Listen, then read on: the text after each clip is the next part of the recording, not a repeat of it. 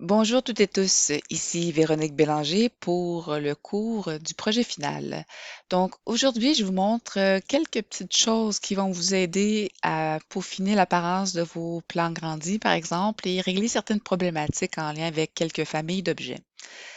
Donc, la première chose, premièrement, quand vous avez, par exemple, des toilettes qui ne s'affichent pas bien ou des éléments qui semblent juste voir le contour ou juste un cube, par exemple, c'est que probablement votre niveau de détail n'est pas assez élevé. Donc, dans ce cas-ci, ce que l'on voudrait, c'est que notre niveau de détail soit à élever. Donc, de cette façon-là, on va être capable de voir tous les détails pertinents pour notre aménagement. Aussi, on remarquera que, certains éléments à ce moment-ci, peut-être prennent trop de place, comme par exemple la plante. Donc à ce moment-là, il faut simplement cliquer sur la plante 2 fois pour aller dans la famille et là, on va lui indiquer dans la vue en plan. Donc on va chercher plan d'étage, plan élévation et on va indiquer ce que l'on voudrait voir en vue détaillée. Donc évidemment, en vue détaillée, on pourrait voir toutes les petites choses, sauf que je trouve que la vue était petit peu trop, justement précise. Donc, pour être capable de voir, mettons, que ces plans contours-là, donc on va sélectionner tous les contours qui sont ici, de cette plante-ci, et par la suite, on va indiquer en quel niveau de vue on voudrait qu'il soit affiché. Donc, pour faire ce changement-là, on sélectionne les objets qu'on veut voir appliqués finalement en mode, peut-être en mode avec beaucoup de détails. Donc, on va faire modifier ici dans le panneau de propriété, remplacement visibilité, modifier. Et là, vous allez indiquer que vous voulez l'avoir sur le élevé aussi. Donc, on peut peut-être les avoir dans tous les types de vue faible, moyen et élevé. Et je pourrais avoir envie que ces éléments-là, qui sont les éléments, donc je fais un contrôle entre chaque sélection, donc les feuilles, soient visibles. Là, il faut changer la visibilité, mais je veux pas qu'il soit à élevé. Et si j'enlève élevé, il ne voudra pas que ça soit jamais apparent. Donc, je vais le mettre dans moyen parce que je sais que je serai jamais à moyen. Je vais être soit à faible ou soit à élevé. Donc, là, je vais faire OK. Et il y a certains éléments ici comme ça, les petites roches, ça, c'est pas nécessaire d'être vu non plus à élever pour être, ben, en fait, dans ma mise en page de, de condo, là. Puis ça, je pourrais le voir, cet élément-là, à moyen. Je pense que c'est correct. On aurait juste comme le. Donc, si je fais charger dans le projet et que je fais remplacer la version existante et je dis OK, en théorie, je devrais voir, vous voyez, la plante, elle a changé. Donc, sa visibilité, elle est là, mais elle ne sera pas super marquante et comme flamboyante, comme tantôt qu'on voyait quasiment une tache. Et donc, c'est plus joli de cette façon-là, en tout cas, à mon avis personnel. Une autre problématique que vous avez peut-être remarqué, parfois, ça arrive que les portes, oups, elles disparaissent. La simple raison, c'est que dans la famille de portes, l'affichage 2D se trouve être en bas de la porte. Donc, en ce moment, on a ajouté des planchers et donc l'affichage 2D de la porte se trouve être en dessous du plancher. La façon de régler facilement ce problème, vous cliquez sur la porte et là, vous allez juste changer la hauteur d'appui. Donc, habituellement, si vous mettez 1 mm de plus que l'épaisseur de votre plancher, donc je ne sais plus dans quelle épaisseur de plancher j'avais ici. Si je clique mon plancher ici, finition de plancher, modifier le type, puis que je vais modifier, je vais voir que mon sol, mon contreplaqué, puis mon fil céramique, le tout, là, ça fait un total de 32 mm. Donc, ça, c'est l'épaisseur totale, oui, 32 mm. Donc, si par la suite, je fais annuler et que je viens cliquer sur ma porte et que là, je fais afficher la hauteur d'appui de la porte à 33 mm, à ce moment-là, la porte va apparaître dans votre plan parce qu'elle se trouve être par-dessus le plancher. C'est sûr que ça va faire en sorte que votre porte est un petit peu plus surélevée, mais en théorie, c'est clair que votre porte n'ouvrira pas dans l'épaisseur du plancher, elle va ouvrir au-dessus, donc c'est tout à fait correct. Donc ça, c'est un autre problème de mise en page que souvent j'ai remarqué sur certains étudiants. Et donc, il y a aussi cette porte-là qui devrait être sur 33 mm de hauteur d'appui. Une autre problématique que vous avez peut-être rencontrée, c'est lorsque parfois certains éléments comme les chaises apparaissent par-dessus ou en transparence sur les tables. Idéalement, vous devriez avoir la chaise sous la table, donc on ne devrait pas voir la partie cachée de la chaise. Donc, pour remédier à la situation, il faut que vous, bon, ici, on avait un groupe, donc on va dans le groupe et je viens pour cliquer sur ma chaise, je double-clique pour aller dans la famille. Et une fois dans la famille, je peux aller sur la vue de référence. Vous cliquez par la suite sur la chaise. Donc, vous voyez que la chaise est complètement sélectionnée. En fait, il faut voir afficher ça ici dans le panneau de propriété. Et vous avez dessiné au premier plan, vous décochez ça. Et par la suite, vous faites charger dans le projet. Vous faites oui, comme ça. Et par la suite, lorsqu'on va faire le remplacement de la visibilité, tout ça, ça devrait s'afficher en arrière de votre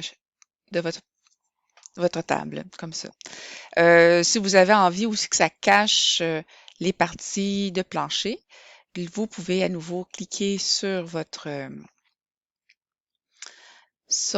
famille et par la suite, on va venir créer des zones de masquage. Donc, si on va dans créer et pas dans créer, mais dans annoter, vous allez faire zone de masquage et là, vous allez pouvoir créer les zones de masquage. C'est important de les faire vraiment à la moitié parce que malheureusement, les zones de masquage vont aller par-dessus, en fait, comme une petite torse. C'est aussi parce que vous avez une famille qui n'est pas nécessairement une famille idéale, là. Donc, ça crée certaines problématiques, là. Parce que si vous utilisez des familles qui ont été approuvées par le département, vous n'auriez pas cette problématique-là. Donc, on va juste faire un exemple de finaliser le masquage. Je vais jusqu'à peu près la ligne de référence qui est le centre, ce qui va permettre d'avoir vraiment une ligne de masquage.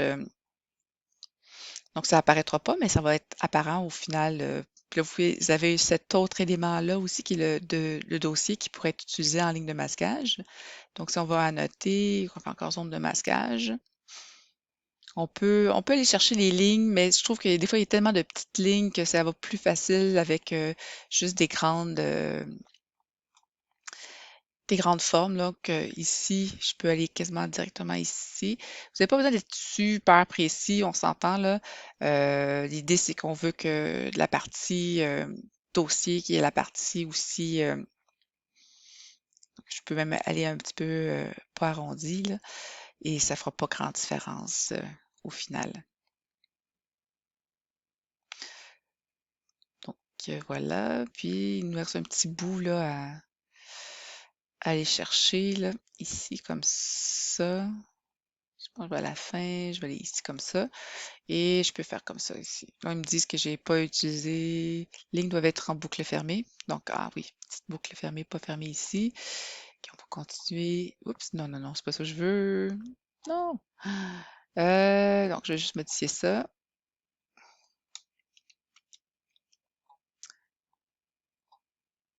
De cette façon-là, je pense qu'on est bouclé là. Donc, on va faire ça comme ça. Vous allez remarquer que c'est pas parfait, mais que au final, ça devrait être quand même pas pire. C'est la version existante.